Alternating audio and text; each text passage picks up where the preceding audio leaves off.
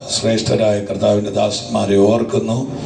ഈ we are one in Jesus Christ എന്ന ഈ ആത്മീക മുന്നേറ്റത്തിൽ അനേക തവണ അവരോട് കൂടെ കർത്താവിൻ്റെ വചനം പലയിടങ്ങളിൽ പോയി പ്രസംഗിപ്പാനുള്ള അവസരം കർത്താവ് എനിക്ക് തന്നിട്ടുണ്ട്.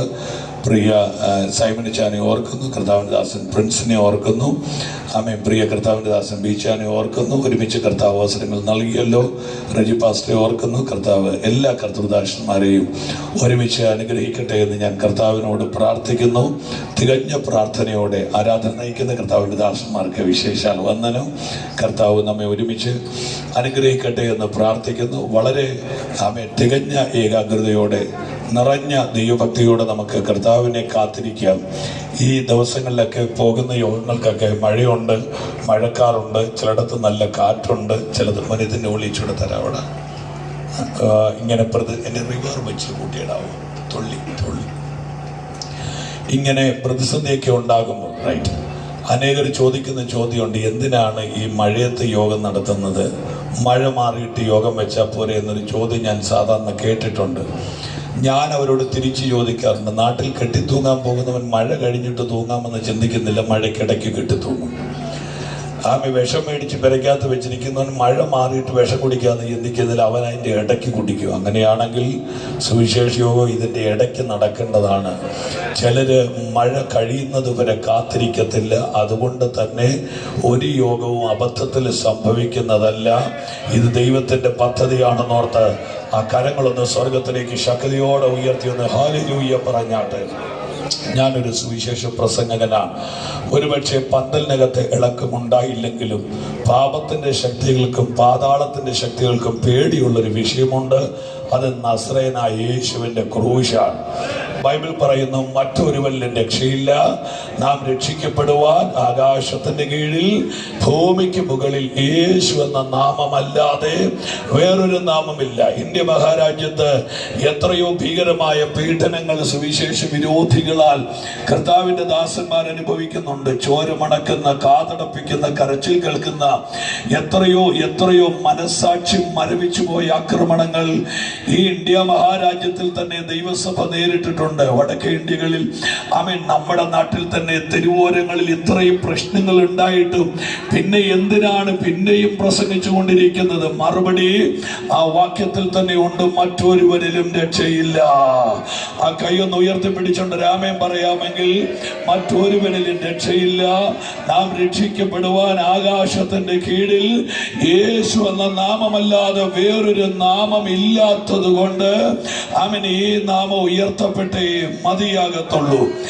ഞാൻ യേശുവിനെ കുറിച്ച് പറഞ്ഞു തുടങ്ങുകയാണ്. യേശു ആരാണ്? എന്തിന് ജനിച്ചു? എങ്ങനെ ജനിച്ചു? എന്ത് സംസാരിച്ചു? എവിടെ വളർന്നു? എങ്ങനെ വളർന്നു?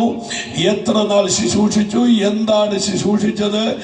എങ്ങനെയാണ് മരിച്ചത്? അടക്കപ്പെട്ടോ? ഉയർത്തെഴുന്നേറ്റോ? ഇപ്പോഴെവിടെ? ഇനി വരുമോ? ഇതുപോലെയുള്ള ഒരു കെട്ട് ചോദ്യങ്ങളുടെ മറുപടിയാണ് സുവിശേഷ യോഗത്തിന്റെ ലക്ഷ്യമെന്ന് പറയുന്നത്. എന്റെ ഈ ചെറിയ പ്രഭാഷണ ജീവിതത്തിൽ എനിക്ക് പ്രസംഗിക്കാൻ ആവേശമുള്ള ഒത്തിരി സംഭവങ്ങൾ ബൈബിളിനകത്തുണ്ട്. കവിണയ്ക്കകത്ത് കല്ല് വെച്ച് കവിണ കറക്കി കല്ലെറിഞ്ഞ് കട്ടിയുള്ള ഗോലിയാത്തിന്റെ നെറ്റിത്തടം പൊട്ടിച്ച ദാവീദിന്റെ യുദ്ധം എനിക്ക് ആവേശമാണ്. കഴുതയുടെ താടിയെല്ലുകൊണ്ട് ശത്രു സംഹാരം നടത്തിയ ശിംശോന്റെ യുദ്ധം നമുക്ക് ആവേശമാണ്. പക്ഷെ ഇന്ന് രാത്രി ഞാൻ ഉയർത്തുന്ന ആള് യേശുവാണ്. പാപത്തെയും പാതാളത്തെയും വിറപ്പിക്കാൻ അനുവദിക്കപ്പെട്ട ഒരൊറ്റ നാമമുണ്ട്, അതെന്റെ യേശുവിന്റെ നാമമാണ്. മറിയയുടെ ഉദരം കടമെടുത്ത് ഉലകത്തിൽ ജനിക്കുന്നവൻ, കച്ചിമിച്ചം കിടക്കുന്ന കാലിത്തൊഴുത്തിൽ കിടന്നു കളിക്കുന്നവൻ, ദാരിദ്ര്യത്തിന്റെ പൊടി പറക്കുന്ന നസറത്തിൽ ഓടിക്കളിച്ചവൻ, വയസ്സ് 12, ഒരു ഗ്രാമം ഇടിഞ്ഞിളകി 5 കുന്നിന്റെ മുകളിൽ ആകാശത്തെ മുട്ടി നിൽക്കുന്ന യെരൂശലേം ദേവാലയത്തിൽ ആരാധനയ്ക്ക് പോകുമ്പോൾ വളർത്തപ്പനാകുന്ന യോസഫിന്റെയോ അമ്മയാകുന്ന മറിയയുടെയോ വിരലിൽ തൂങ്ങി ആലയത്തിലേക്ക് പോയി യേശുവിന്റെ ബാല്യം. അങ്ങ് യെരൂശലേം ദേവാലയത്തിൽ ആലയത്തിന്റെ അകത്ത് ചെന്നിട്ട് ന്യായപ്രമാണത്തിന്റെ 39 പുസ്തകങ്ങൾ അരച്ചു കലക്കി ചാറകത്ത് കയറ്റിയ പൗരോഹിത്യ വൃന്ദങ്ങളോട് യേശു ന്യായപ്രമാണം പറയുമ്പോൾ യേശുവിന്റെ വയസ്സ് 12. അന്ന് യെരൂശലേം ഒന്ന് ഞെട്ടി. കാരണം ഇവനെ ആരും ന്യായപ്രമാണം പഠിപ്പിച്ചതല്ല, ഇവന്റെ അകത്ത് ന്യായപ്രമാണം ഉണ്ടെന്ന് അവർക്ക് മനസ്സിലായി. ആ ആരാധന കുന്നിന്റെ, നിങ്ങളൊന്ന് പ്രാർത്ഥിച്ചുകൊണ്ടിരിക്കണേ പ്ലീസ്. ഹല്ലേലൂയ. ആമേൻ. ഒന്നാമത് നമ്മൾ തമ്മിൽ നല്ല അകലമുണ്ട്. ഓട്ടോയ്ക്ക് 25 രൂപ കൊടുക്കണം അവിടം വരെ വരണമെങ്കിൽ. അതുകൊണ്ട് ഉള്ള സ്തോത്രം കളയാതെ പ്രാർത്ഥിച്ചും പാടിയൊക്കെ ഇരിക്കാമെങ്കിൽ അതൊരു സന്തോഷമാണ്. ഹല്ലേലൂയ. ഞാൻ എപ്പോഴും പറയും, നാളെ യോഗം ഇല്ല. അഥവാ ഇനി നാളെ യോഗം ഉണ്ടെങ്കിലും ആ യോഗം നടക്കണമെങ്കിൽ 2 കാര്യങ്ങൾ നമുക്ക് അനുകൂലമാകണം. ഒന്ന്, നമ്മൾ മരിക്കാതിരിക്കണം. 2, കർത്താവ് വരാതിരിക്കണം. ഈ 2 കാര്യത്തിൽ ഉറപ്പില്ലാത്തത് കൊണ്ട് കിട്ടുന്ന രാത്രി ആമേൻ നല്ല സ്തോത്രം പറഞ്ഞു വെച്ച് പൊക്കോണം.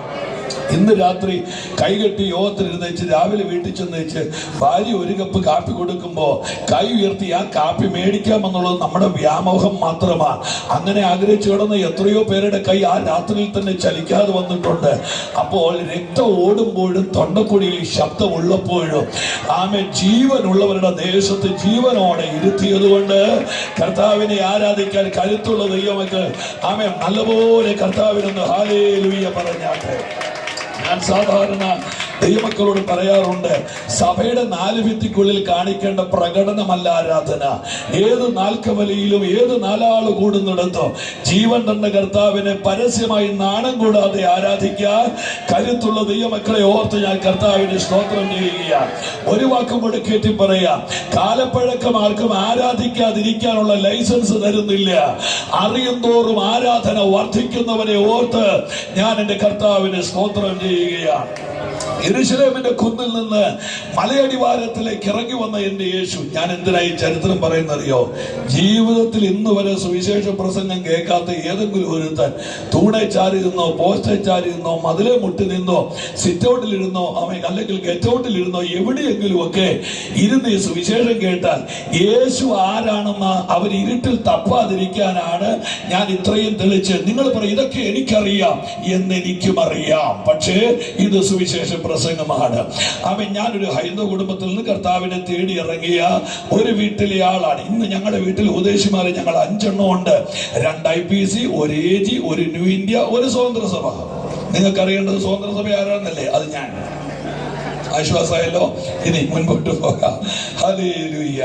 യെരൂശലേമിന്റെ കുന്നിൽ നിന്ന് മലയടിവാരത്തിലേക്ക് ഇറങ്ങി വന്ന യേശുവിനെ അടുത്ത 18 വർഷങ്ങൾ ആരും കാണുന്നില്ല. അല്ലെങ്കിൽ ഒറ്റ വാക്കിൽ പറഞ്ഞാൽ മുഖം ഒപ്പിയെടുക്കുന്ന ക്യാമറ കണ്ണുകൾക്കോ മഷി തുപ്പുന്ന പേനയ്ക്കോ എഴുത്തുകാരനോ പിടികൊടുക്കാതെയുള്ള എ ലോങ് ടൈം, 18 വർഷങ്ങൾ, 18 years. യേശു എവിടെയായിരുന്നു? ചരിത്രബോധമില്ലാത്ത കോമാളികൾ പറയുന്നു യേശു ഗുജറാത്തിൽ വന്ന് ഇല്ല, പച്ചക്കള്ളം അർഹിക്കുന്ന അവന് കൊടുത്ത് പുറങ്കാലിന് ചരിത്രബോധമില്ലാത്തവന്റെ വാദഗതികളെ ഞങ്ങൾ തട്ടിമാറ്റുകയാണ്. യേശു എങ്ങും പോയില്ല. യേശു യെരൂശലേമിൽ തന്നെ ഉണ്ടായിരുന്നു. തെളിവ് 2 വാക്യങ്ങളാണ്. ഒന്ന്, അവൻ മാതാപിതാക്കൾക്ക് കീഴ്പ്പെട്ട് ജീവിച്ചെന്നും. 2, ഇവൻ തച്ചന്റെ കൊച്ചനല്ലയോ എന്നുള്ള ചോദ്യം. എങ്ങനെ വന്നതാണ് ആ ചോദ്യം? കട്ടളയോ കസേരയോ ബെഞ്ചോ ഡെസ്കോ എന്തോ വാങ്ങിക്കാൻ യോസഫിന്റെ തടി പണിപ്പുരയിൽ ആരോ ചെന്നപ്പോ വളഞ്ഞതിനോ തിരിഞ്ഞതിനോ ചിന്തേറി പിടിച്ച് യേശുവോട് നിൽക്കുന്നത് അവര് കണ്ടിട്ടുണ്ട്. അതുകൊണ്ടാ പറഞ്ഞത് ഇവൻ തച്ചന്റെ കൊച്ചനല്ലയോ. വയസ്സ് 30 തികയുന്നു. യഹൂദന്റെ വോട്ടവകാശം 30 വയസ്സാണ്. യേശു നടക്കുകയാണ്. നടന്നത്, പ്രാർത്ഥിച്ചുകൊണ്ടിരിക്കണേ, നടന്നത് കിലോമീറ്ററുകളാണ്. നടന്നു ചെല്ലുന്നത് യഹൂദന്റെ സ്വയാഹങ്കാരമായ ഒരു തോടുണ്ട്. 2000 അടി പൊക്കത്തിൽ നിന്ന് ലെബനൻ പർവ്വതത്തിന്റെ ഉച്ചമെടുത്ത് കാട്ടാറ് പോലെ കലുതുള്ളി ക്രാരവ ശബ്ദത്തോടെ ഒഴുകി വരുന്ന യോർദാന്റെ തീരത്തേക്ക് യേശു നടക്കുകയാണ്. യേശു നടന്നു ചെല്ലുമ്പോൾ കട്ടിവാക്ക് പറയുന്ന, കട്ടിപ്പുരികമുള്ള, കടുത്ത നെറ്റിത്തടമുള്ള, ക്രാരവ ശബ്ദമുള്ള ഒരു അധികായനായ മനുഷ്യൻ യോർദാന്റെ തീരത്ത് നിന്നുകൊണ്ട് ഉറക്കെ പ്രസംഗിക്കുകയാണ്. ഒരു പുരോഹിതന് വയസ്സാം കാലത്ത് ദൈവം കൊടുത്ത ഒരു മകൻ, പേര് സ്നാപക യോഹന്നാൻ. അദ്ദേഹത്തിന്റെ പ്രസംഗങ്ങൾ 4. 1, സർപ്പസന്തതിയെ വരുവാനുള്ള കോപത്തിൽ നിന്ന് നിങ്ങൾ ഒഴിഞ്ഞു പോകുക. പ്രസംഗം 2, എന്റെ പിന്നാലെ ഒരുവൻ വരുന്നു, അവന്റെ ചെരുപ്പിന്റെ വാറ് കുനിഞ്ഞഴിപ്പാൻ ഞാൻ യോഗ്യനല്ല. പ്രസംഗം 3, ഇത് കൊടുക്കുന്ന ദൈവത്തിന്റെ കുഞ്ഞാട്. പ്രസംഗം 4, ഞാൻ നിങ്ങളെ വെള്ളത്തിൽ സ്നാനം കഴിപ്പിക്കും, അവൻ നിങ്ങളെ തീയിലിറക്കാൻ പോകുകയാണ്. യേശു നടന്നു ചെല്ലുന്നത് കണ്ടു, ഭയപ്പെട്ടു, അവൻ പേടിച്ചു, അറച്ചു, അസ്ഥിരനായി. യോഹന്നാൻ പുറകോട്ട് കാലുവെക്കുമ്പോൾ അരുത്, ഇത് ദൈവത്തിന്റെ നീതിയാണെന്ന് പറഞ്ഞ് യോഹന്നാന്റെ കൈ കീഴിൽ തുർലോകത്തിന്റെ ഉടമസ്ഥനായി എന്റെ കർത്താവ് സ്നാനപ്പെടുകയാണ്. എങ്ങനെ സ്നാനപ്പെടണം? യേശു സ്നാനപ്പെട്ടതുപോലെ സ്നാനപ്പെടണം. എങ്ങനെയാണ് സ്നാനപ്പെടേണ്ടത്? യേശു സ്നാനപ്പെട്ടതുപോലെ. വിശദീകരിക്കാൻ പോകുന്നില്ല. വാക്കുകൾ 3 സ്നാനത്തിനുള്ളത്. 1 ബപ്തിസ്മ എന്ന് പറയുന്ന, 2 ബാപ്റ്റോ എന്ന് പറയുന്ന, 3 ബാപ്റ്റിസം എന്ന് പറയുന്ന 3 വാക്കുകളാണ് നിമജ്ജന സ്നാനത്തിനു വേണ്ടി ഉപയോഗിക്കുന്നത്. അതെല്ലാം മുങ്ങലാണ്, അതെല്ലാം മുങ്ങലാണ്. അറിയുന്നവർക്കായി ഞാൻ കർത്താവിന്റെ സ്തോത്രം ചെയ്യുകയാണ്. അവൻ യേശു സ്നാനപ്പെട്ടത് പാപിയായതുകൊണ്ടല്ല, അടുത്ത തലമുറയ്ക്ക് തെറ്റുപറ്റാതിരിക്കാൻ അവൻ അതുപോലെ ചെയ്തു കാണിച്ചതാണ്. യേശുവിനെ ധരിക്കാൻ നല്ല മനസാക്ഷിക്കുള്ള അപേക്ഷയ്ക്കായി ദൂതമായിട്ട് മുൻപോട്ട് പോകുന്നു. യേശു സ്നാനപ്പെട്ടു, വെള്ളത്തിൽ നിന്ന് കയറി, നനഞ്ഞ മുടിയോടെ, നനഞ്ഞ തുണിയോടെ യേശു വെള്ളത്തിൽ നിന്ന് കയറി. സ്വർഗത്തിൽ നിന്ന് ഒരു പിതൃശബ്ദമുണ്ടായി, ഇവൻ എന്റെ പ്രിയപുത്രൻ, ഈസ് മൈ ബിലവഡ് സൺ. പിതൃശബ്ദം കേട്ട അനന്തരം 40 ദിവസങ്ങൾ ഭൗതിക ഭക്ഷണം മാറ്റിവെച്ച് യേശു ഉപവാസത്തിൽ സമയങ്ങളെ വേർതിരിക്കുകയാണ്. ഉപവാസം കഴിഞ്ഞ് അനന്തരം യേശുവിന് വിശക്കുന്നു. ഇവിടെ മുതൽ കുറച്ചും കൂടെ ഗൗരവമായിട്ട് എന്നെ കേൾക്കാൻ ഞാൻ അപേക്ഷിക്കുകയാണ്. യേശുവിന് വിശക്കുന്നു. സാത്താൻ യേശുവിന്റെ അടുക്കൽ ചെന്നു. യേശുവിന്റെ അടുക്കൽ ചെന്ന് വെച്ച് യേശുവിനോട് പറഞ്ഞ 1ാമത്തെ വാക്ക്, ആമേൻ, നിനക്ക് വിശക്കുന്നില്ലേ? നിങ്ങൾ കേട്ടില്ല. നിനക്ക് വിശക്കുന്നില്ലേ? 2, നിനക്ക് ജീവിച്ചിരിക്കണ്ടേ? ഈ 2 വാക്കിനകത്തും അപകടമില്ല. ഇത്ര സ്നേഹമുള്ള, ഇത്ര കരുതലുള്ള, ഇത്രയും ഹോസ്പിറ്റാലിറ്റി ഉള്ള, ഇത്ര കെയറിംഗ് ഉള്ള ഒരു വാക്ക് നിങ്ങൾ വേറെ എവിടെ കേട്ടിട്ടുണ്ട്? നിനക്ക് ജീവിക്കണ്ടേ? ഈ ചോദ്യം ചില ഭർത്താക്കന്മാർ ഭാര്യമാരോട് ചോദിച്ചിരുന്നെങ്കിൽ ആ ഡിവോഴ്സ് നടക്കത്തില്ലായിരുന്നു. ചില ഭാര്യ ഈ ചോദ്യം അച്ഛന് വിശക്കുന്നുണ്ടോ എന്ന് ചുമ്മാതെങ്കിലും ചോദിച്ചിരുന്നെങ്കിൽ അയാൾ ഇട്ടേച്ച് പോവുകയില്ലായിരുന്നു. അപ്പൊ എത്ര കെയറിങ്ങിന്റെ വാക്കാണ് സാത്താൻ ഉപയോഗിച്ചത്. യേശുവിടെ ചോദിക്കും, നിനക്ക് ജീവിക്കണ്ടേ? നിനക്ക് വിശക്കുന്നില്ലേ? യേശു സാത്താന്റെ കണ്ണി നോക്കി ഒരു മറുപടി പറഞ്ഞു, സാത്താനെ, ഇത് കല്ലിനെ അപ്പമാക്കി വാരിക്കഴിച്ചു വയറു നിറയ്ക്കുന്ന തലമുറയല്ല, മറിച്ച് ഇത് വചനം കേട്ട് സ്വർഗത്തിൽ പോകുന്ന തലമുറയാ. ആ കരമൊന്ന് ഉയർത്തിക്കൊണ്ട് ഹല്ലേലൂയ പറഞ്ഞാട്ട് ഒരു വാക്ക് ഞാൻ കേട്ടി പറയാ, ദുർവ്യാഖ്യാനം ചെയ്യരുത്. പുതിയ നിയമ ദൈവസഭ ഉദരപൂരണത്തിനുള്ളതല്ല, ഇത് നിത്യതയ്ക്കുള്ളതാണ്. അറിയുന്നവർ ശക്തിയോടെ ആമേൻ പറഞ്ഞാട്ടെ. കാലത്തിന്റെ കടന്നുപോക്കിൽ അറിയാതെ നമ്മുടെ ദർശനങ്ങൾക്കും നമ്മുടെ ഉപദേശങ്ങൾക്കുമൊക്കെ ക്ലാവ് പിടിച്ചിട്ടുണ്ട്, പലതും തുരുമ്പടിച്ചിട്ടുണ്ട്. ലൗകിക ലോകത്തിന്റെ സ്ഥാപന ജംഗമ വസ്തുതകൾക്ക് വേണ്ടി നെട്ടോട്ടമോടുന്ന മനുഷ്യമാംസ പിണ്ഡങ്ങളെ നിങ്ങൾ കാണാറുണ്ട്. പക്ഷെ ഈ പുസ്തകം നമ്മളോട് പറയുന്നു, യേശു ലോകത്തിൽ വന്നത്, യേശു തന്റെ രക്തം ചൊരിഞ്ഞത്, യേശു പ്രാണനെ വെച്ചു കൊടുത്തത് വീടുണ്ടാക്കിക്കോ, പക്ഷെ വീടുണ്ടാക്കാനല്ല. മാമൻ തലമുറയെ കെട്ടിച്ചു, പക്ഷെ തലമുറയെ കെട്ടിക്കാനല്ല. അമേരിക്ക പോക്കോ, പക്ഷെ അമേരിക്ക പോകാനല്ല. ഒരു തലമുറയെ നിത്യതയിൽ കൊണ്ടുപോകാനാ. ഹല്ലേലൂയ. അപ്പോൾ നിങ്ങൾ ചോദിക്കും, ആമേൻ, അതെന്തൊരു സുവിശേഷമാണ്? കർത്താവിന്റെ വേലയ്ക്ക് ഇറങ്ങി എല്ലാവരും വീട് വെച്ചില്ലേ? വെച്ചു. കർത്താവിന്റെ വേലയ്ക്ക് ഇറങ്ങിയവരുടെ എല്ലാ മക്കള് അമേരിക്കയിലും ഗൾഫിലും അയർലൻഡിലും പിന്നെ കുറെ രാജ്യങ്ങളുടെ പേര് നിങ്ങളോട് കണ്ടുപിടിച്ചു. ലവിടൊക്കെ പോയിട്ടില്ലേ? ആമേൻ, പോയിട്ടുണ്ട്. വില കൂടിയ വണ്ടി മേടിച്ചിട്ടില്ലേ? ഉണ്ട്. ഞാൻ പറഞ്ഞ വാക്ക് നിങ്ങൾ കേട്ടില്ല. ആമേൻ, കർത്താവിനെ സേവിക്കുന്നത് ലൗകിക ലോകത്തിൽ പച്ചപിടിക്കാനല്ല, ഇത് നിത്യതയെ പോകാനാ. ഒന്നുകൂടെ ഞാൻ കെട്ടി പറയാ, ഇവിടുന്ന് കാറുമായിട്ട് പന്തളത്ത് പോയാൽ ആമേ പോകുന്നത് കാർ ഓടിക്കുന്നത് കരിയല പറപ്പിക്കാനല്ല. എന്നാൽ കാർ ഓടിയാൽ കരിയല പറക്കും. അത് പ്രകൃതി നിയമമാണ്. ആമേൻ. നിങ്ങൾ എത്ര പേര് ആമേൻ പറയുന്നത് എനിക്കറിയത്തില്ല. ആരൊക്കെയോ എന്നോട് ദേഷ്യം കയറുന്നു. ഞങ്ങൾ വെച്ച വീട് പൊളിക്കണമെന്നാണ് ഇവന്റെ പ്രസംഗം. അല്ലപ്പാ, അല്ല. ആമേൻ. യേശു എന്ന നാമം ഉച്ചരിച്ചാൽ നിന്റെ തലമുറ അനാഥമാകുകയില്ല. യേശു എന്ന നാമം ഉച്ചരിച്ചാൽ നീ മഴത്ത് കിടക്കേണ്ടി വരികയില്ല. യേശു എന്ന നാമം ഉച്ചരിച്ചാൽ നീ ദേശത്ത് അലയേണ്ടി വരില്ല. പക്ഷെ ഞാൻ പറഞ്ഞത് യേശു വന്നത് അതിനു വേണ്ടിയല്ല. നല്ലൊരു ഹല്ലേലൂയ പറയാൻ പറ്റും. ഹല്ലേലൂയ. നിങ്ങൾ നോക്ക്, സാത്താനോട് യേശു പറയുകയാ, കല്ലിനോട് അപ്പമാകാൻ പറഞ്ഞ് സാത്താനോട് പറയുകയാ, ഇത് വയറ് നിറയ്ക്കുന്ന തലമുറയല്ല. സാത്താന് കണക്ക് തെറ്റി. എല്ലാവരും ശ്രദ്ധിച്ചിരിക്കണേ, കണക്ക് തെറ്റിയത് എവിടെയാണെന്നറിയോ? പണ്ട് കിഴക്കേതനിൽ താനുണ്ടാക്കിയ ഊഴിയിലെ പൂഴി കൊണ്ട് ഒന്നാമത്തെ മനുഷ്യനാകുന്ന ആദമിന് ദൈവം ജന്മം കൊടുത്തു. ആദമിനെ ചതിച്ചത് ഇതുപോലൊരു ഭക്ഷണം കൊണ്ടാണ്.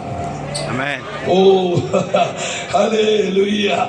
ആദം നശിച്ചത് ഇതുപോലത്തെ ഒരു ഭക്ഷണം കൊണ്ടാണ്. എന്നാൽ സാത്താനെ, അന്ന് നീ നിന്നത് ഒന്നാമത്തെ ആദാമിന്റെ മുമ്പില. ഇപ്പൊ നീ നിൽക്കുന്നത് ഒന്നാമത്തെ ആദാമിന്റെ മുൻപിലല്ല, മറിച്ച് ജഡത്തെ ജയിച്ച ഒടുക്കത്തെ ആദാമിന്റെ മുൻപിലാണ്. പ്രത്യാശയുള്ളവർ എത്ര പേരുണ്ട്? നാം സേവിക്കുന്ന ദൈവം അവൻ തോറ്റ ദൈവമല്ല, അവൻ ജയിച്ച ദൈവമാണ്. ആ കരമൊന്ന് ചേർത്തടിച്ച് കർത്താവിനൊന്ന് ഹല്ലേലൂയ പറഞ്ഞാട്ടെ. ഹല്ലേലൂയ. പരീക്ഷ കണ്ട് ഞാൻ വേഗം മുന്നോട്ട് പോവുകയാ. ആമേൻ. ദേവാലയ ഗോപുരത്തിന് മേളിൽ കയറ്റിച്ച് പറഞ്ഞ്, ചാടിക്കോ, ദൂതന്മാർ നിന്നെ പിടിച്ചോളുവെന്ന്. നിങ്ങളൊന്ന് ആലോചിച്ച് നോക്കി, സാത്താൻ എത്ര ക്ലിയർ ആയിട്ടാ കാര്യം പറയുന്നത്. ചാടിക്കോ, ദൂതന്മാർ നിന്നെ കൈകൾ വഹിച്ചോളുമെന്ന്. യേശു സാത്താനോട് പറഞ്ഞു, ഇല്ല, ദൈവത്തെ പരീക്ഷിക്കാൻ പാടില്ല. ആ പറഞ്ഞതിന്റെ മലയാളം പ്രിന്റ് ഔട്ട് ഞാൻ പറയാം. പിടിക്കുമോ എന്നറിയാൻ ചാടി നോക്കുന്ന പണി ഞങ്ങൾക്കില്ല. ആമേൻ. സ്വന്തമായിട്ട് കയ്യിലില്ലേ? ആരുടെങ്കിലും വായ്പയെങ്കിലും മേടിച്ചു പറ. ഹല്ലേലൂയ. പെന്തിക്കോസ്തുകാരുടെ ഇത് സ്റ്റോക്ക് കുറവാന്ന് എനിക്കറിയാം. ഞാൻ 30 വർഷമായി ഈ ജനത്തോട് പ്രസംഗിക്കാൻ തുടങ്ങിയിട്ട്. ഹല്ലേലൂയ. സഭാചാരത്തിൽ ഇത് 30ാമത്തെ വർഷമാണ്. അപ്പൊ സ്തോത്രം, നമ്മുടെ സ്റ്റോക്ക് കുറവാന്ന് എനിക്കറിയാം. ഇല്ലെങ്കിലും 2 പറഞ്ഞേച്ചേ പോകാവുള്ളൂ. കാര്യം എന്നാന്നറിയാമോ? പിടിക്കുമോ എന്നറിയാൻ ചാടി നോക്കുന്ന പണി ഞങ്ങൾക്കില്ല. അതിന്റെ കാരണം ആമേ, പരീക്ഷണത്തിന്റെ ആവശ്യം അപ്പന്റെ മക്കളുടെ ഇടയിൽ ഇല്ല. ഹല്ലേലൂയ. ആമേൻ. നിങ്ങളുടെ മക്കൾ നിങ്ങളെ അപ്പ എന്ന് വിളിക്കുന്നു, ഡാഡി എന്ന് വിളിക്കുന്നു, ആമേൻ, ചാച്ച എന്ന് വിളിക്കുന്നു, അച്ഛ എന്ന് വിളിക്കുന്നു. ആമേൻ. നിങ്ങൾ ഓർത്തു നോക്കിക്കേ, സ്കൂൾ ബാഗ് വാങ്ങിച്ചത് കൊണ്ടാണോ? അല്ല. അഡ്മിഷൻ വാങ്ങിച്ചു കൊടുത്തോണ്ടാണോ? അല്ല. അങ്ങനെയാണെങ്കിൽ പാവപ്പെട്ട ആളുകൾ റോഡിൽ പൈപ്പിന്റെ പണിക്ക് വരുന്ന ആമേൻ, അവർക്കുണ്ടായ പിള്ളേർ ഇന്ന് വരെ സ്കൂൾ കണ്ടിട്ടില്ല. അവരുടെ അപ്പൻ ബാഗും മേടിച്ചു കൊടുത്തിട്ടില്ല. പക്ഷെ ആ കുഞ്ഞുങ്ങളും അദ്ദേഹത്തെ വിളിക്കുന്നത് അപ്പ എന്നാണ്. അപ്പ എന്നുള്ള വിളി നന്മകളുടെ അടിസ്ഥാനത്തിലല്ല, അത് ജന്മാവകാശമാണ്. നല്ലപോലെ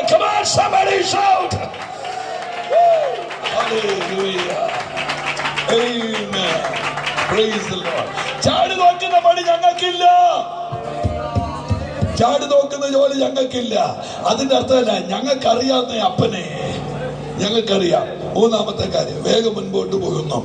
ആമേൻ. 5 ഭൂഖണ്ഡത്തിന്റെ ആധാരം തരാം, എനിക്കൊരു ആരാധന തരാമോ? നിങ്ങൾ കേട്ടായിരുന്നോ? ഹല്ലേലൂയ. 5 ഭൂഖണ്ഡത്തിന്റെ ആധാരം തരാം. പന്തളത്ത് 5 മുറി 5 ഷട്ടറുള്ള കട തരാം നല്ല പറഞ്ഞത്. 5 ഭൂഖണ്ഡത്തിന്റെ അടിയാധാരം തരാം, മുന്നാധാരം തരാം, പിന്നാധാരം തരാം, ആധാരം തരാം, എന്ത് വേണേലും തരാം. ആമേ, ഒറ്റ ആരാധന. എനിക്ക് അന്നാ മനസ്സിലായത്, ഭൂഖണ്ഡത്തെക്കാൾ വിലയുണ്ട് ഒരു ആരാധനയ്ക്ക്. അത് മുടക്കി വെച്ച് സ്ഥിരം കല്യാണത്തിന് പോകുന്നവരുണ്ട്. സ്വർഗം വെറുതെ കിടന്ന് വടക്കേണ്ടിക്കാർക്ക് വാടക കൊടുത്താലും നിന്നെ അവിടെ കയറ്റിയല്ല. റെഡി, 1 2 3. ഹല്ലേലൂയ. എന്നും സ്ഥിരം കല്യാണത്തിന് പോകുന്നവന്മാരുണ്ട്. ഇത് ആരെയും മാത്രം കെട്ടാനിരിക്കുന്നത്? ഒരാൾ 8 കെട്ടിയ പോലെ ഇത്രയും കല്യാണം വരികയില്ല. സ്ഥിരം സഭായോഗം മുടക്കികളുണ്ട്. 4 ഞായറാഴ്ച കൂടുമ്പോ 1 ഞായറാഴ്ച മാത്രം യോഗത്തിന് വരുന്നവരുണ്ട്. കുഞ്ഞേ, അഹങ്കരിക്കല്ലേ. ആമേ, ഒരു 3 മിനിറ്റ് നീ ശ്വാസം വലിക്കേണ്ടത് ദൈവം തീരുമാനിച്ച തീരാനുള്ളതേ ഉള്ളൂ നിന്റെ കച്ചവടം. ഹല്ലേലൂയ. ഒരു ആരാധനയ്ക്ക് വിലയുണ്ട്, ഒരു ആരാധനയ്ക്ക് വിലയുണ്ട്. ആമേ. ഈ IPCയുടെ എൻ്റെ അപ്പൻ IPCയിലെ പാസ്റ്റർ, അമ്മായിപ്പൻ IPCയിലെ പാസ്റ്റർ. ഞാൻ 95-ൽ PM സാറിൻ്റെ അടുത്ത് പഠിച്ചതാ. IPCയുടെ ഒഫീഷ്യൽ മാസിക ട്രംപറ്റ്. അതിന് മുമ്പ് ഒരു മാസികയുണ്ട്, ഒരു കൈയെഴുത്ത് പ്രതിയുണ്ട്. ഉമ്മച്ചനപ്പച്ചനും K. ഇബ്രഹാം സാറും KC ചെറിയ സാറും ഒക്കെ കൈകൊണ്ടെഴുതിയിട്ട് കൈപ്പടയുണ്ട്. പേര് സത്യാന്വേഷി എന്നാണ് എൻ്റെ ഓർമ്മ. കുമ്പനാട് ലൈബ്രറി ഇരിപ്പുണ്ട്, പറ്റുവാണെങ്കിൽ നിങ്ങൾ പോയി വായിക്കണം. പിന്നെ പെരക്കാത്തിരിക്കുന്ന മത്തായി സൂചികളും വായിക്കുന്നില്ല. പിന്നെ ആ കുമ്പനാട്ടിരിക്കുന്നത് എന്നെ കൊണ്ട് ഞാൻ തോറ്റു. സമയം കിട്ടാണ് വായിക്കേ. അതിനകത്ത് എഴുതി വെച്ചിരിക്കുന്ന K. ഇബ്രഹാം സാറ് കുമ്പനാട് നിന്ന് നേരെ നടന്നു വന്ന് പുല്ലാട് പോലീസ് സ്റ്റേഷന് വലത്തോട്ട് കിടക്കുന്ന വഴി കൂടെ നടന്ന് ചെറുപ്പുറത്ത് പോരുന്ന 40 ഓസിച്ച് 100 പേരെ സ്നാനപ്പെടുത്തിക്കൊണ്ട് കയറി വന്നു. കുമ്പനാട് ഓല കെട്ടിയ പെരക്കകത്ത് ഉപവാസ പ്രാർത്ഥന നടക്കുമ്പോ പെരയുടെ മേളിൽ തീ പിടിച്ചെന്ന് പറഞ്ഞ് നാട്ടുകാർ പെരയുടെ മേളിൽ വെള്ളം കോരി ഒഴിച്ചു. പക്ഷെ വെള്ളം കോരി ഒഴിച്ചാൽ കിടന്ന തീ അല്ല കത്തിയത് ആത്മാവിന്റെ തീയായിരുന്നെന്ന്.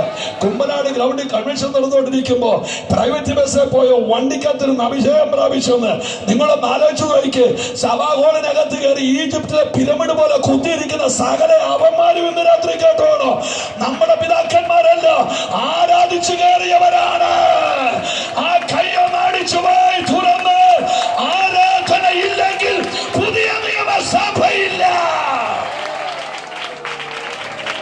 Hallelujah, hallelujah, hallelujah. എന്റെ ആത്മാവില്ലാത്തവൻ എനിക്ക് ഏതായാലും ഞാൻ തുടങ്ങി വെച്ചു. 2 കാര്യം കൂടെ പറഞ്ഞു മുൻപോട്ട് പോയേക്കാം. പുതിയ നിയമസഭയിൽ കർത്താവ് പറഞ്ഞിരിക്കുന്ന വാക്ക് എന്റെ ആത്മാവില്ലാത്തവൻ. പറഞ്ഞു എനിക്കുള്ളവൻ അല്ലെന്ന് പറഞ്ഞാൽ അല്ലെന്നല്ലേ അതിന്റെ അർത്ഥം. അതിന് വേറെ മൂലഭാഷയൊന്നുമില്ല. ആത്മാവില്ലാത്തവൻ എനിക്കുള്ളവനല്ല. അപ്പോസ്തല പ്രവൃത്തി 1-ാം അധ്യായം അവർ സംഘമായി കൂടിയിരുന്നു. യേശുവിന്റെ അമ്മ മറിയ അന്ന് സംഘത്തിലായിരുന്നു. പത്രോസ്, അന്ത്രയോസ്, യാക്കോബ്, യോഹന്നാൻ, ഫിലിപ്പോസ്, ബർത്തലോമായി, തദ്ദായി, ശിമോൻ, അവർ സംഘത്തിലായിരുന്നു. ഇവരെല്ലാരും സംഘത്തിലായിരുന്നു. 1-ാം അധ്യായത്തിലെ സംഘം കേട്ടിട്ടില്ലേ? ക്ഷീരോത്പാദക സഹകരണ സംഘം, പുരുഷ സ്വയം സഹായ സംഘം, ആൾക്കൂട്ടത്തിന്റെ പേര് സംഘമെന്ന്. എന്നാൽ 2-ാം അധ്യായത്തിൽ അവർ സംഘമല്ല, അവർ സഭയാണ്. സംഘത്തെ സഭയാക്കുന്നത് വെള്ള ചുടിദാറല്ല. സംഘത്തെ സഭയാക്കുന്നത് വെള്ള ഉടുപ്പല്ല. സംഘത്തെ സഭയാക്കുന്നത് പരിശുദ്ധാത്മാവാ. ആരോടും പറയരുത്, സ്നേഹത്തോടൊരു കാര്യം പറയാം. നിങ്ങൾ ഏത് സഭ വേണേലും കൂടിക്കോ, പക്ഷെ ആരാധനയില്ലാത്ത സഭയാണ് അവിടെ നിന്ന് ഇറങ്ങിക്കോണം. ഇല്ല നരകത്തിൽ പോയി കിടന്നിന്റെ ഊപ്പാട് വരും. ഞാൻ വല്ല തെറ്റ് പറഞ്ഞോ? അത് തെറ്റാണെങ്കിൽ കാഹളം ധ്വനിക്കുന്നവരെ ഈ തെറ്റ് പറയാൻ ഞാൻ ചിന്തിക്കുന്നുണ്ട്. സഭയ്ക്കകത്ത് ദൈവ സാന്നിധ്യം ഇല്ലെങ്കിൽ പിന്നെ അത് എന്തിനു കൊള്ളാം? ഞാൻ എപ്പോഴും പറയും, മാതാപിതാക്കൾ ആരാധിച്ചാൽ പിള്ളേർ ആരാധിക്കും, ഞങ്ങൾ ഉപദേശിമാർ ആരാധിച്ചാൽ ജനം മൊത്തം ആരാധിക്കും. ഒരാൾക്ക് പോലും ഒഴിവില്ല ഈ മേഖല. അതുകൊണ്ട് തമ്പുരാൻ കയറ്റി ഒരു സാധനം വിട്ടിരിക്കുന്നത് ജീവനുള്ളതൊക്കെ ഈ ദൈവത്തെ സ്തുതിക്കട്ടെ. അല്ലേ എന്ന് പറഞ്ഞാൽ മൂക്കി കൂടെ വലിച്ചു കയറ്റുന്ന സകലവരും. നിങ്ങൾ ആരോടും പറയാതിരിക്കാൻ ഞാൻ രഹസ്യം പറയാം. ആരും കേൾക്കുന്നില്ലല്ലോ. ഞാനൊരു സമയം പോയി 2 മണിക്കൂർ യേശുവിന്റെ വരവ് പ്രസംഗിച്ചു. എന്റെ പ്രസംഗം എന്ന് പറഞ്ഞാൽ എന്നാ കാർച്ചയും ബഹളവും ചാട്ടവും. അപ്പൊ ഞാൻ ഈ ബഹളം വെച്ച് പ്രസംഗിച്ചിട്ട് ഉപ്പ് നോക്കാൻ സ്തോത്രം പറയാത്തൊരു അച്ഛൻ ആ ഫ്രണ്ട് ഇരിപ്പുണ്ടായിരുന്നു. സാധാരണ ആളുകൾക്ക് ഇനി പരിശുദ്ധാത്മ വില്ലേജ് എന്റെ ഈ കാർച്ച കാണുമ്പോൾ മുടിഞ്ഞു പോട്ടെന്ന് ഓർത്ത് ഒരു സ്തോത്രം പറയുന്നത്. അങ്ങനെ പോലും മനസാക്ഷി ഇല്ലാത്ത ആള്. അയ്യോ, ഞാൻ തിരിഞ്ഞേച്ച അവിടുത്തെ പാസ്റ്ററോട് ചോദിച്ചു, ഇത് എന്താ ഇരിക്കുന്നു ചോദിച്ചു. അന്നേരം പാസ്റ്റർ പറഞ്ഞു, നിങ്ങളിവിടെ വന്നിട്ട് 3 മണിക്കൂറിലേ ആയുള്ളൂ, ഞാനിവിടെ വന്നിട്ട് 3 വർഷമായെന്ന് പറഞ്ഞു. എന്നെ എൻ്റെ അർത്ഥം ജോസഫ് പാസ്റ്റർ 3 വർഷമായിട്ട് ഇയാൾ ആരാധിക്കുന്ന പാസ്റ്റർ കണ്ടിട്ടില്ല. പിന്നെ ഈ 3 മണിക്കൂർ വന്ന് ഞാൻ എങ്ങനെയത് കാണുന്നത്? ഏതായാലും ആ കച്ചവടം അവസാനിപ്പിച്ച് ഞാൻ അങ്ങ് പോയി. 1.5 മാസം കഴിഞ്ഞ് അവരെന്നെ വേറൊരു യോഗത്തിന് വിളിച്ചു. അപ്പൊ ഞാൻ വീട്ടിൽ നിന്ന് കാറെ കയറുമ്പോഴേ ഞാൻ എൻ്റെ മനസ്സിൽ പറഞ്ഞു, ആ ഈജിപ്തിലെ പിരമിഡ് അവിടെ കാണും, ഇവിടെയും കാണും. ഞാൻ ആ ചർച്ചിലോട്ട് ചെന്ന് കയറിയപ്പോ പുൾപിറ്റെ പാസ്റ്റർ ഉണ്ടോ നോക്കുന്നവനും ഈ പുള്ളി ഉണ്ടോ നോക്കിയാ കയറിയത്. എന്റെ പൊന്ന് കർത്താവിന്റെ ദാസനെ അഭിഷിക്തരെ ഞാൻ ഞെട്ടിപ്പോയി. കഴിഞ്ഞ യോഗത്തിന് കുലുങ്ങാത്ത സിയോൻ പർവ്വതം പോലെ ഇരുന്ന ഈ പുള്ളി കസേരയും കൊണ്ട് ചാടുന്നത് ഇങ്ങനെ. അയ്യോ, എന്റെ കണ്ണ് തള്ളിപ്പോയി. ഞാൻ പാസ്റ്ററോട് ചോദിച്ചു, എന്നെ പറ്റി. അന്നേരം പാസ്റ്റർ ചെവി പറഞ്ഞു, 28-ാം തീയതി വരെ ഇങ്ങനെയായിരിക്കും, അത് കഴിഞ്ഞ് എങ്ങനെയാന്ന് ദൈവത്തിനെ അറിയത്തുള്ളൂ. അപ്പൊ എനിക്ക് 28-ാം തീയതി എന്നാന്നറിയാൻ ക്യൂരിയോസിറ്റി തോന്നി. ഞാൻ പാസ്റ്ററോട് എന്നാ 28-ാം തീയതി? അന്നാണ് ബയോപ്സിയുടെ റിസൾട്ട് വരുന്നത്. കളി മനസ്സിലായ ഞാൻ ദൈവക്കൊണ്ടൊരു സത്യം പറയാം. ഒരു ഇമ്മണി ചെത്തി തിരുവനന്തപുരത്തിന് വിട്ടാൽ ഏത് പൊന്നുമോനും തുള്ളും. ഓ എത്രയോ അത്ഭുത നന്മകൾ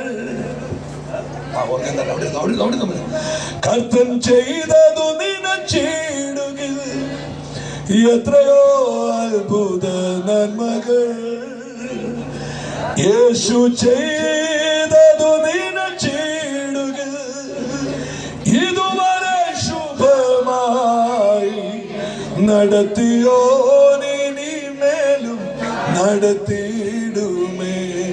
ഭയം ലേശം വേണ്ടിയും മമ യേശുയൻ അഭയം വൻതുമ്പ നേരത്തിലും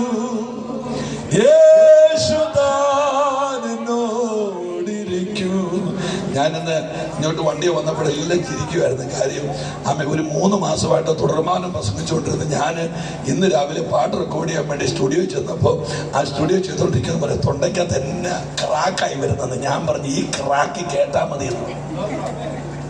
കാര്യം നമുക്ക് പൈങ്കിളി തൊണ്ടയില്ല, ഇതിങ്ങനെ ഗ്രൂപ്പ് സോങ് പാടും ഒറ്റയ്ക്ക് ചേർന്നൊരു ഹല്ലേലൂയ പറഞ്ഞാട്ടെ പോട്ടെ. അതുകൊണ്ട് അന്ത്യകാലത്തിൽ കൈവിടപ്പെടാൻ പോകുന്നത് വിചാരം ചെയ്തതിൻ്റെ അത് പിന്നെ ഓൾറെഡി പൊക്കോളും, പിന്നെ മോഹിച്ചതിൻ്റെ പൊക്കോളും, കൊല ചെയ്തതിൻ്റെ പൊക്കോളും. പിന്നെ ഈ കർത്തൃമേശം കൊണ്ട് ചെല്ലുമ്പോൾ ആരാധിക്കാത്തതിൻ്റെ പേരിൽ കർത്തൃമേശം കൊടുക്കാതിരിക്കാൻ പറ്റുമോ? പറ്റത്തില്ല.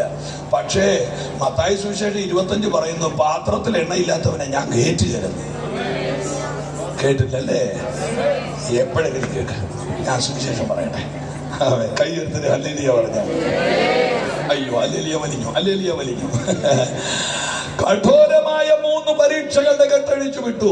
സാത്താനെ പിടിച്ചു വഴിയിൽ നിന്ന് മാറ്റി നിർത്തിയ യേശു തന്റെ അടയാളവും അത്ഭുതവും, അനസ്യൂതമൊഴുകുന്ന നദി പോലെ അത്ഭുതങ്ങളുടെ പരമ്പര, കട്ടിക്കിടിച്ചാൽ പൊട്ടാത്ത ഹൂദായ പാരമ്പര്യത്തിന്റെ തെരുവോരങ്ങളെ ഇളക്കിക്കൊണ്ട് ശവത്തിൽ രോഗികളെ പിടിച്ചെഴുന്നേൽപ്പിക്കുന്ന നിന്റെ കാളഗണത്തിൽ പോയാൽ നീ എടുക്കത്തില്ലയോ എന്ന് ചോദിച്ച് ആമേൻ 613 നിയമങ്ങളും 5 യാഗങ്ങളും 7 പെരുന്നാളുകൾ, നിർമ്മല സാമ്പ്രാണി, ഗുൽഗുലു, ഗോമേതകർ, നറുംബശ, ഉള്ളങ്കി, നീളങ്കി, മാതളപ്പഴം, മണി, അരക്കെട്ട്, നടുക്കെട്ട്, നീലനൂല്, ധൂമ്രനൂല്, അങ്ങനെ കത്തി നിൽക്കുന്ന യെരൂശലേം ദേവാലയത്തിന്റെ പാരമ്പര്യത്തിന്റെ അത്യുച്ചകോടിയിൽ നിൽക്കുന്ന ഒരു തലമുറയോട് ന്യായപ്രമാണത്തിന്റെ തിരശീല കീറാൻ സമയമായ യേശു പറയാൻ തുടങ്ങി.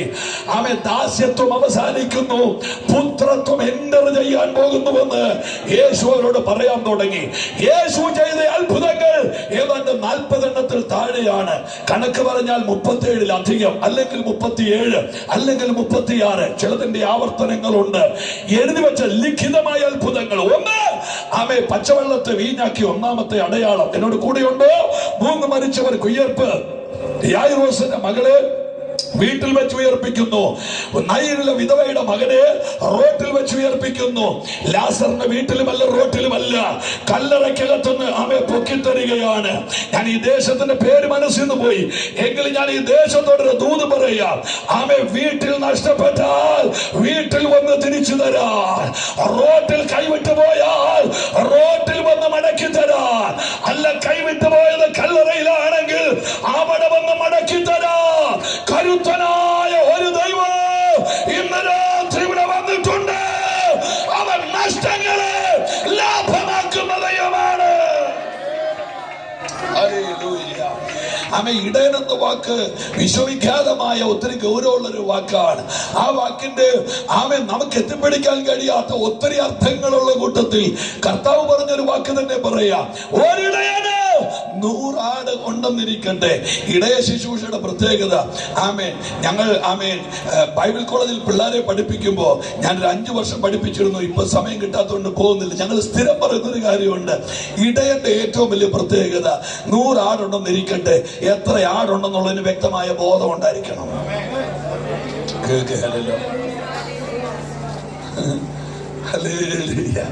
എത്രയാണ്? 100 ആടുണ്ട്. ഇനി രണ്ടാമത്തെ ഇടയശ്രേഷ്ഠതയുടെ പ്രാധാന്യം എന്നറിയോ? അവയെ പേര് ചൊല്ലി വിളിക്കുന്നു. ചർച്ചിലെ അവസാനത്തെ ആളുടെ പേര് പഠിക്കണം. മിക്കവാറും നടക്കും. അന്നമാമയുടെ ചേട്ടത്തി എന്ന് പറഞ്ഞ് നമ്മൾ രക്ഷപ്പെടുക. തമ്പുരാൻ എടുക്കുകയില്ല. നിത്യതയിൽ എഴുതിയൊരു പേരുണ്ട്. ഹല്ലേലൂയ. ഞാൻ തച്ച് കെട്ടി ആമേൻ ചർച്ചയിൽ നിന്ന് എല്ലാവരുടെയും പേര് വിളിക്കും. എന്തിനാണെന്നറിയോ? അവരുടെ പേരിന് മനസ്സിൽ നിന്ന് പോകാതിരിക്കാൻ. ഒരാമേൻ പറയാമോ? ഹല്ലേലൂയ. ആമേൻ. ശ്രദ്ധിച്ചു കേട്ടോ. ഇനി മൂന്നാമത്തെ കാര്യം, പാസ്റ്റർ ഫോൺ എടുത്ത് ഹലോ എന്ന് വെച്ചാ അപ്പുറത്ത് നിന്ന് വിശ്വാസം ആ പാസ്റ്ററേന്ന് വെക്കണം. കാര്യം എന്നറിയോ? ഇടയന്റെ ശബ്ദം ആട് തിരിച്ചറിയണം. കേട്ടില്ല കേട്ടില്ല കേട്ടില്ല കേട്ടില്ല. അവൻ ഹലോ ആ പാസ്റ്ററേ എന്ന് വിളിക്കണം. ആരാ എന്ന് ചോദിക്കരുത്. ആ ബന്ധവുമായിട്ട് അവൻ എന്നെ ഞങ്ങളുടെ വീട്ടുകാർ ഓമന പേര് വിളിക്കുന്ന പാതിരാക്കണ്ണൻ എന്ന കാര്യം ഞാൻ വെട്ടമുള്ളപ്പോ വീട്ടിൽ ചെല്ലാറില്ലല്ലോ. 2 മണി 1 മണി 3 മണി ഈ സമയങ്ങളൊക്കെ വീട്ടിൽ ചെന്ന് വെച്ച് ആ വണ്ടി ഒന്ന് ഇങ്ങനെ ആടി ഒരു പോക്കുണ്ട് വീട്ടിലോട്ട്. എന്നിട്ട് എന്ന് വെച്ചാൽ കോളിംഗ് ബെല്ലിൽ ചെന്ന് 2 അടി അടിക്കുമ്പോൾ എന്നെക്കാൾ ആടിയാണ് എന്റെ ഭാര്യ വരുന്നത് വാതിൽ തുറക്കാൻ. ഒന്നിച്ച് ആ വാതിലിനകത്തുനിന്ന് ചോദ്യം ആരാ എന്നൊരു ചോദ്യ. മറുപടി പറഞ്ഞത് ഞാനാടി തുറക്ക്. ഈ ഞാനാരാന്ന് നമ്മൾ ചോദിക്കാത്തത് ശബ്ദവുമായിട്ട് ബന്ധമുള്ളതുകൊണ്ടാ. 20 വർഷത്തിന് മുമ്പ് ഇന്ന ഓഡിറ്റോറിയത്തിൽ വെച്ച് ഇത്ര പേരെ സാക്ഷി നിർത്തി നിനക്ക് കൈതന്നു ഭയസമ്മതം ചെയ്ത ഇന്നാരുടെ മോനാടി ഞാനെന്ന് പറയുമ്പോ 3 മണിക്കത്തെ കോഴി കൂവും. അതുകൊണ്ട് തന്നെ ഞാനാടി എന്ന് പറയുമ്പോൾ വാതിൽ തുറക്കണം. അതാ ബന്ധം. ആമേൻ. നമ്മുടെ നല്ലയുടെ കർത്താവാ. ആ വാക്കുമായിട്ട് ബന്ധമില്ലെങ്കിൽ കാഹളം നടിക്കുമ്പോ കുഴയുമെന്ന് എന്താ ബൈബിൾ പറയുന്നത്? ആമേൻ. കർത്താവ് തൻ ഗംഭീരനാഥ. അയ്യോ എന്നെ ഉണങ്ങിയ ഹല്ലേലൂയ. കർത്താവ് തൻ ഗംഭീരനാഥ. കർത്താവിന്റെ വരവിനെ കുറിച്ച് മൂലഭാഷയിൽ 4 വാക്കുകളുണ്ട്. 1 കെലിയുസ്മ, 2 പരൂസിയ, 3 എപ്പിഫാനിയ, 4 അപ്പോകലിപ്സിസ്. അതിനകത്ത് 1-ാമത്തെ വാക്ക് കെലിയുസ്മ.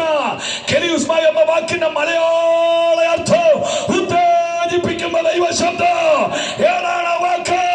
കർത്താവിന്റെ ഗംഭീരനാഥ. ഭൂമി പടപടപ്പെട്ട് കിറുകിറക്കിറിമത്തനെ പോലെ ചാഞ്ചാടി കാവൽമാടം പോലെയാടി ഒരലർച്ചയ്ക്ക് വക കൊടുക്കാതെ ഈ ഭൂമി ചരമഗീതം പാടും.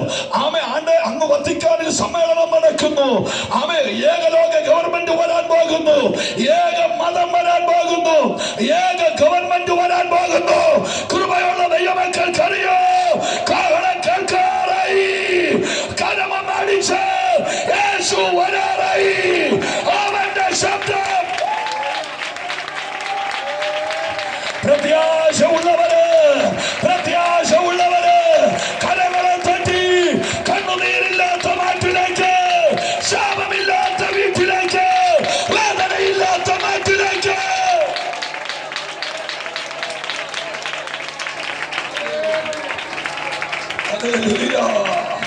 പ്രത്യാശയുടെ നല്ലൊരു ഹല്ലേലൂയ പറഞ്ഞാട്ടെ. ആമേൻ. അപ്പോ നഷ്ടപ്പെട്ടതിനെ മടക്കി തരുന്നത്. ഇവിടെ വിലപ്പെട്ട കർത്തൃദാസന്മാർ പലരും ഇരിപ്പുണ്ടല്ലോ. എത്ര ശവം അടക്കിയല്ലേ പാസ്റ്ററെ? എത്ര ശവം അടക്കി. ഒരു മനഃപൂർവ്വം മിണ്ടാതിരിക്കുക. എത്ര ശവം അടക്കി ഓർക്കുന്നില്ലേ? അയ്യോ. വീട്ടിൽ വെച്ച് ശുശ്രൂഷ 16,700 പാസ്റ്റർമാര് വീട്ടിൽ പ്രസംഗിക്കും. അത് കഴിഞ്ഞിട്ട് നമ്മൾ വാക്യം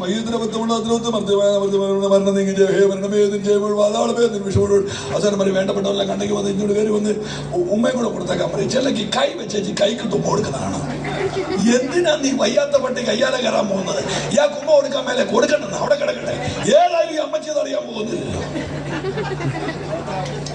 കണ്ടിട്ടില്ലേ? കൈ വെച്ചേച്ച് കൈക്ക് തുമ്മ കൊടുക്കുന്ന ഇയാളുടെ കൈക്ക് തുമ്മ കൊടുക്കാൻ പെട്ടിയുടെ മുകളിൽ കമന്ന് കിടക്കേണ്ട ആവശ്യമുണ്ടോ? അപ്പൊ ഇതെല്ലാം പറഞ്ഞ് ആ ബോഡി അവിടെ നിന്ന് എടുത്ത് വെച്ച് സെമിത്തേരിലോട്ട് ഒറ്റ പിടിയില്ല. ഫ്രണ്ടിൽ ഒരു വണ്ടി പാട്ടും പാടിക്കൊണ്ടങ്ങൾ പോ. ശോഭയേറുമാർ നാടുണ്ടായി കാണമേ ദൂരവിശ്വാസത്താൽ താതൻ വാസം നമുക്കൊരുക്കി നിൽക്കുന്നുണ്ട് അക്കരെ കാത്തുതാൻ. വേഗം നാം ചേർന്നിട്ട് ഭംഗിയേറിയ തീരത്ത് പാട്ട് തീർന്നപ്പോ വണ്ടി സെമിത്തേരി ചെന്ന് അവിടെ ATM കാർഡ് ഇടുന്ന പോലെ സെല്ലിങ്ങനെ തുറന്നു വെച്ചിരിക്കുക. അവസാനത്തൊരു ശുശ്രൂഷ പ്രത്യാശയുടെ 4 വാക്കും 2.5 പാട്ടും പാടി വെച്ച് അവസാനം ഒരു ചൊല്ലുണ്ട് ഇങ്ങനെ ഒരു പിടി മണ്ണ്. നിങ്ങൾ കേൾക്കുന്നുണ്ടോ? നിങ്ങൾ ആരും എപ്രാളം പിടിക്കേണ്ട. എല്ലാവരുടെ നെഞ്ചത്ത് വീഴും ഈ മണ്ണ്. എന്നല്ലാതെ. അല്ലെ പിന്നെ ആമേൻ കർത്താവെ വേഗം പറയണമെന്ന് പ്രാർത്ഥിച്ചു, അതാ നല്ലത്. ഹല്ലേലൂയ. ആമേൻ. ഞാൻ നിങ്ങളുടെ ആരോടും പറയാതിരിക്കുന്ന രഹസ്യം പറയാം. നിനക്കിട്ട് ഒരു ഏറെറിയാൻ പല നാളുകളായിട്ട് ആളുകൾ കാത്തിരിക്കുകയാണ്. അതിന് അവസരം കിട്ടുന്ന അന്നാണ് അവരാരും പാഴാക്കിയില്ല, എറിഞ്ഞു വെച്ചേ പോകത്തുള്ളൂ. ഒരു പിടി മണ്ണിങ്ങനെ കൈലോട്ട് വാരി പിടിച്ച് വെച്ച് ഉപദേശി ആമേൻ നീട്ടി ഒരു ചൊല്ലുണ്ടല്ലേ, നീയോ സഹോദര പോയി വിശ്രമിച്ചു കൊള്ളുക, കാലാവസാനത്തിൽ നിന്നെ ഓഹരി പ്രാപിപ്പാൻ നീ എഴുന്നേറ്റു വരിക. ഞാനിപ്പോ ഇരിക്കുന്ന 7ാമത്തെ സഭ. അപ്പം പൊടിയെന്തോരം ഇട്ട് കാണുമോ നിങ്ങൾ തന്നെ ആലോചിച്ചു എന്ന് പറഞ്ഞ് ഈ പൊടി അങ്ങോട്ടിട്ട് ഇതുപോലെ പെട്ടിപ്പുറത്ത് മണ്ണിടാത്തൊരു നേതാവുണ്ട്, നമ്മുടെ കർത്താവാ. യേശു ആകെ പോയത് 3 മരണ വീട്ടില്ല. യേശു ഒരു വെട്ടിപ്പുറത്ത് മണ്ണിട്ടിട്ടില്ല. അതിന്റെ അർത്ഥം എന്നാന്നറിയാമോ?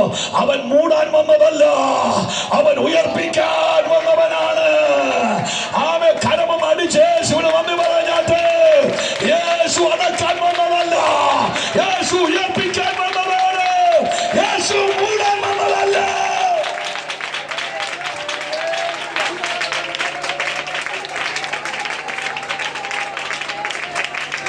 കുറച്ചു നാൾ മുമ്പ് ഒരു ദൈവദാസൻ എന്നോട് ചുമ്മാ ഇങ്ങനെ വർത്താനം പറഞ്ഞുകൊണ്ട് ചെവി പറഞ്ഞു, എന്റെ പൊന്നുമോനെ, നീയോ ദാനിയേലേ പോയി വിശ്രമിച്ചു കൊള്ളുക എന്ന് പറഞ്ഞ് നമ്മൾ ഈ പൊടിമണ്ണിട്ടാൽ ഇടുമ്പോഴേ നമുക്കറിയാം ഇവൻ വരികയില്ലെന്ന്.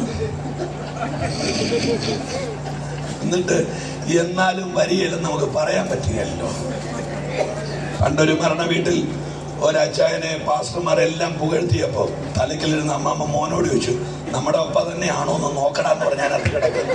കാര്യം അതിനുള്ള ആളില്ല ഇയാൾ. അതുകൊണ്ട് എന്റെ പൊന്നു പ്രിയപ്പെട്ടവരെ, കർത്താവ് വരാറായി. ഞാൻ നിങ്ങളൊരു സത്യം പറയാം. 1000 പ്രാവശ്യം വിശുദ്ധി പ്രസംഗിച്ചത് കൊണ്ട് പാസ്റ്റർ വിശുദ്ധനാകണമെന്ന് നിർബന്ധമൊന്നുമില്ല. വിശുദ്ധി പ്രസംഗമല്ല, വിശുദ്ധി ആചരണമാണ്. എത്ര പേർക്ക് ഞാൻ പറഞ്ഞ മനസ്സിലായി? ആമേ. വിശുദ്ധിയുടെ മൂലപദം പഠിച്ചാലൊന്നും വിശുദ്ധനാകുകയല്ല, വിശുദ്ധനായാലേ വിശുദ്ധനാകാൻ പറ്റത്തുള്ളൂ. ആമേ. എത്ര പേര് ആമേൻ പറയുന്നുണ്ട്? ഓ പേർ വിളിക്കും നേരം കാണും. മരണ വീട്ടിലെ പാട്ടാ, വേണേ പാടിയാ മതി.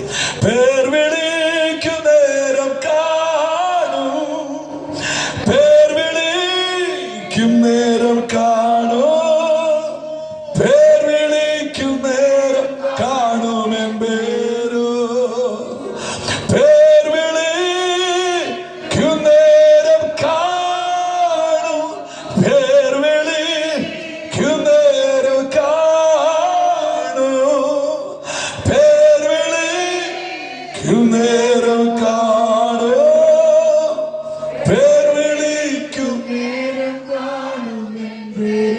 പ്രത്യാശയോടെ ഒരുങ്ങാൻ ഞാൻ നിങ്ങളെ ഉദ്ബോധിപ്പിച്ച് ദൂതരുടെ മുൻപോട്ട് പോകുന്നു. 3 മരിച്ചവർക്ക് ഉയർപ്പ്, 3 കുരുടന്മാർക്ക് കാഴ്ച, ഒട്ടനവധി കുഷ്ഠരോഗികൾക്ക് സൗഖ്യം, മുടന്തന്മാരെ പിടിച്ചെഴുന്നേൽപ്പിക്കുന്നു. എങ്ങനെ വിശദീകരിക്കും നിങ്ങൾ പറ? ഒരു ജീവപര്യന്തം 12 വർഷം, 13, 36, 2, 38 വർഷമായിട്ട് ഒരുത്തൻ കൊളക്കരെ കിടക്കുക. ചെന്നത് 20ാമത്തെ വയസ്സിലാണെങ്കിൽ ഇപ്പോൾ അവന് വയസ്സ് 58 ഉണ്ട്. ചെന്നപ്പോൾ 30ാമത്തെ വയസ്സിലാണെങ്കിൽ ഇപ്പോൾ അവന് വയസ്സ് 68 ഉണ്ട്. ജീവിതത്തിന്റെ പകുതിയോളം രോഗക്കിടക്കയിൽ പെട്ടുപോയൊരു മനുഷ്യനോട് എഴുന്നേൽക്കുക ഒരൊറ്റ വാക്ക് പറഞ്ഞപ്പോൾ 38 വർഷം ചലിക്കാത്ത അവന്റെ മസിൽ ചലിച്ചെങ്കിൽ ഇന്ന് രാത്രി ഞാൻ അത്ഭുതത്തിൽ വിശ്വസിക്കുന്നു. ഈ ദേശത്ത് ശാപം മൂടിക്കിടക്കുന്ന ചില വീടുകളുടെ മേൽ അവൻ തന്റെ അത്ഭുതത്തെ വെളിപ്പെടുത്താൻ തേജസ് ഉടുത്ത് എന്റെ യേശു ഇതിനകത്ത് ഇറങ്ങിയിട്ടുണ്ട്. അവൻ ശക്തിയോടെ അവൻ പറഞ്ഞാട്ടെ. യേശുവിന്റെ ശുശ്രൂഷയിൽ എനിക്ക് സമയം പോകുന്നുണ്ട്, വെപ്രാളം വരുന്നുണ്ട്. എനിക്ക് മനസ്സിലായ 3 ഗൗരവമുള്ള കാര്യങ്ങൾ. 1, ആരും തൊടാത്തവരെ യേശു തൊടും. ആമേൻ.